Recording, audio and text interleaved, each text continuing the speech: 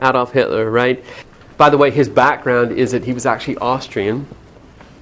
Don't tell him, but probably one of his grandparents were Jewish. I know, it's the irony of history. He serves in the German army during World War I. He's a runner between the trenches. He distinguishes, he's a messenger. And under a lot of fire, he does some brave things, and he gets the Iron Cross. And then he gets gassed at the end of the war, and he's in a German hospital when the war comes to an end. He's in the hospital, he's blind when the Versailles Treaty is announced. And he's like, in his memoir, he writes about how he was crying in his hospital, and he couldn't believe this had happened. Earlier in his life, he wanted to become an artist. He'd applied to the Vienna Artist School, and he had not been accepted into it, unfortunately. But after World War I, at first he's homeless, and he's living on the streets of Munich, and he's painting postcards, and he's selling that. But then he gets a good job with the German government, and his job is to hang out in beer halls and listen to radical speeches and report on them to the government, to kind of keeping tabs with it. What a cush job, hang out and drink beer in the beer halls. But while he's listening to all this, he realizes that he agrees with the radicals. And he begins to take the stage. And the people are like, wow, you speak well, and you've got some good ideas, you've got all this passion and stuff. So he is just beginning to emerge as a result of this Ruhr crisis. And I think in history we begin to think the French are helping create the worst nightmare that they can see possible by acting the way they do towards Germany at the end of the war. It's not going to give them peace. And a lot of Americans agreed and believed that way early on, that this wouldn't give us peace. And so he forms this small band of group called the Nazis. They take this alteration of the cross, a German, it's a symbol of the cross at some point in time. It's called a swastika. But not that he's Christian, he's German nationalist, he's an atheist, and the Nazis don't like the Dawes plan. They're going to say this is all about an international conspiracy of bankers to ruin Germany and keep them down for the next 60 years. All right, your next ID is, we're going to go by a few years, and it's the Kellogg-Briand Pact. Secretary Kellogg over here is our Secretary of State. As you know, that's the person who deals with foreign policy. Aristide Briand is the French foreign minister. And the French are worried about something. They're worried that eventually Germany might not live up to its agreements. The Germans had lost this territory over here called Alsace and Lorraine.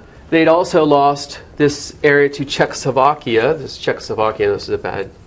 They had lost a region down here called the Sudetenland, where there were lots of Germans living there. And then they'd lost lots of Germans living over in this new greater Poland. And there were lots of Germans living in here, Germans living here, and Germans living here. The French are worried that the Germans aren't going to live up to the Versailles Treaty. And that the French might want to put sanctions on them, economic sanctions. They might want to use the League of Nations, the LFN, as I like to call it.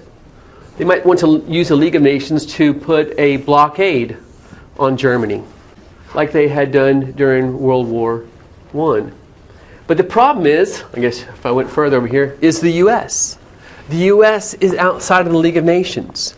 The U.S. always wants to trade with people. And we had complained bitterly at the beginning of the war when we weren't in it, when we couldn't sell things to Germany. So their fear is that the Americans might not live up to the blockade, and that Americans might still try to sell to Germany, and that might put them into conflict with the French. So the French have a plan, since we're outside the security system. Mr. Briand comes to Mr. Kellogg and says, let's enter into an alliance in which we promise never to fight each other. So Briand offers us an invitation to enter into an alliance in which we would never fight each other. That would help out the French in thinking about a potential crisis involving Germany. And Mr. Kellogg understands that he's trying to bind us in the future. So he doesn't want that, right? We want to be independent from such an alliance so that we would have freedom of operation. So Kellogg has to think about it a little while because he doesn't want to be seen as someone who doesn't want to say that we would never fight the French, right? That kind of puts you in a bad spot. So he says, I've got a better idea. Let's invite the whole world to renounce war. And this leads to what is called the Pact of Paris. It's an invitation to the world's democracies to meet in Paris. And they all sign this big document. In the document, I've got a quote here from it.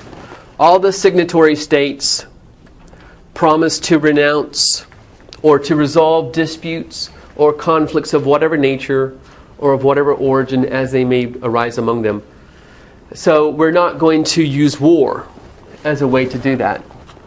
And we're going to renounce aggressive war. It's okay if you get attacked to defend yourself. You don't have to roll over and say, I'm a pacifist, I don't fight, do what you will. But we're going to try to resolve this. Now, here's a couple things I want you to know about this Pact of Paris. It reflects the Western democracies' horror now of war. They're horrified by World War I. Europe's got 9 million men dead. They've got 6 million men missing. They've got something like 14 million men without legs and arms. They've devastated themselves. They don't want to fight again. Now, Adolf Hitler embraces violence. Adolf Hitler and Mussolini embrace militarism. This is going to be, so here's the summative statement I want you to come away with. This is a signal to fascists who do embrace militarism that the West is getting weak. The West doesn't want to fight anymore.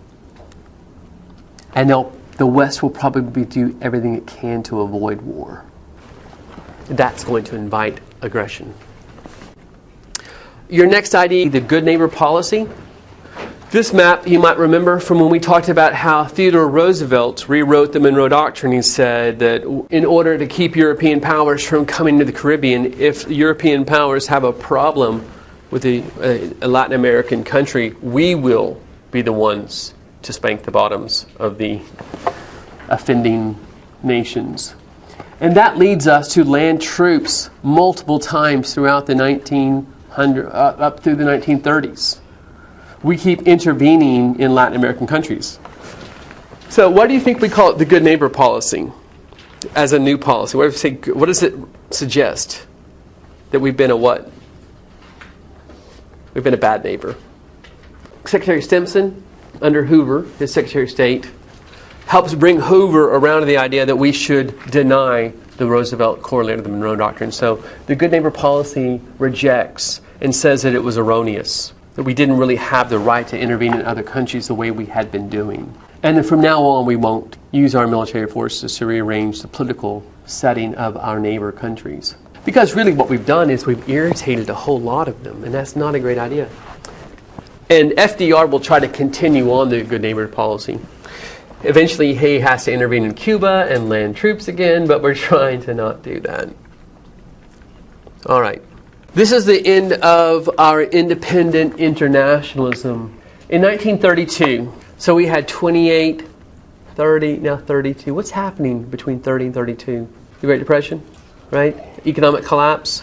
We're about to go into a new phase, but right as on that transition piece, we see the Japanese launch an invasion from Manchuria down into the coastal section of China. Japan is now at war with China, trying to take a whole lot of property from it. The famous moment in this is this city right here called Nanking. The Japanese, I have a few pictures. I can't show you the depth of it, but the Japanese, lovely people today, right? Peaceful, Zen Buddhist, calm, collective, into being nice. But I got to tell you, at the time, there's another nature to all humans, right? And all humans can either be savage or sweet and kind. But at this time, the Japanese are following a militaristic bent. And they've created a huge army, and they want that army to be ruthless. So when they take Nanking, they kill 300,000 Chinese citizens.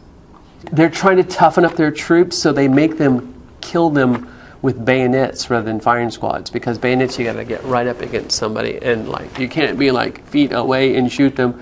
I have one picture I think I was able to show of a samurai sword in a Japanese, but I can't show you all the other images. The Chinese remember this, and they have this outdoor monument in Nanking about this event. But it's the beginning of Japanese aggression. And that Japanese aggression, we've got a big question for ourselves. How do we respond to it?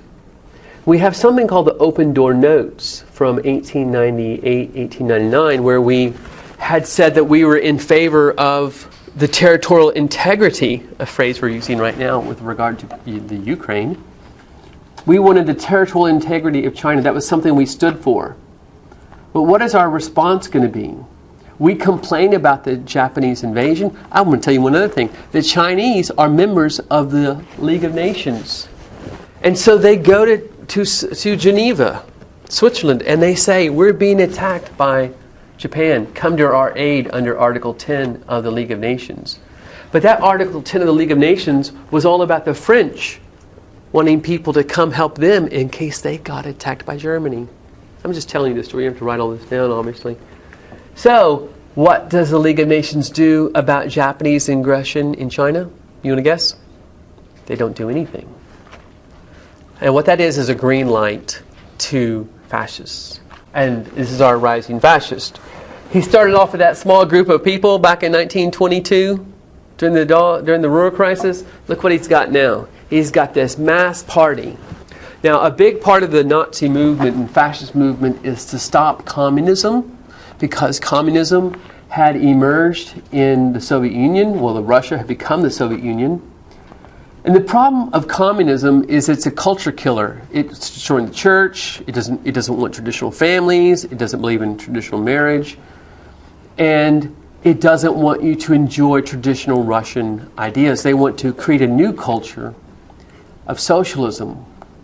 Nazis want to fight communism because they want to preserve great national German traditions that they believe in, like you could still wear your lederhosen, you can have your beer festivals in the fall, you can do all these things that the communists were saying are all just simply class stuff. So Hitler emerges really as this, in two things, the savior of Germany from communism, and with the idea of restoring Germany to its rightful place in Europe by overturning the Versailles Treaty.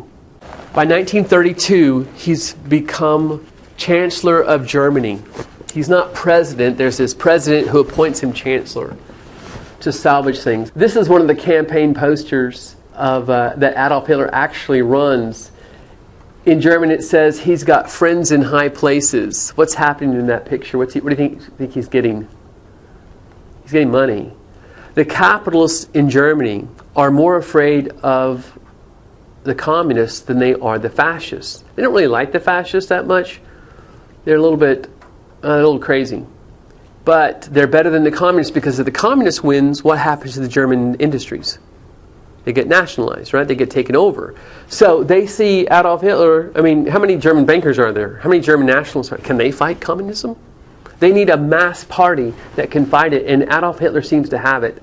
So they actually help him grow his party by giving him money, and he promises to protect capitalism in Germany if he comes to power. And he does get appointed chancellor, and then the president dies, and he makes himself chancellor and president and dictator. And then he gets rid of democracy after he takes over.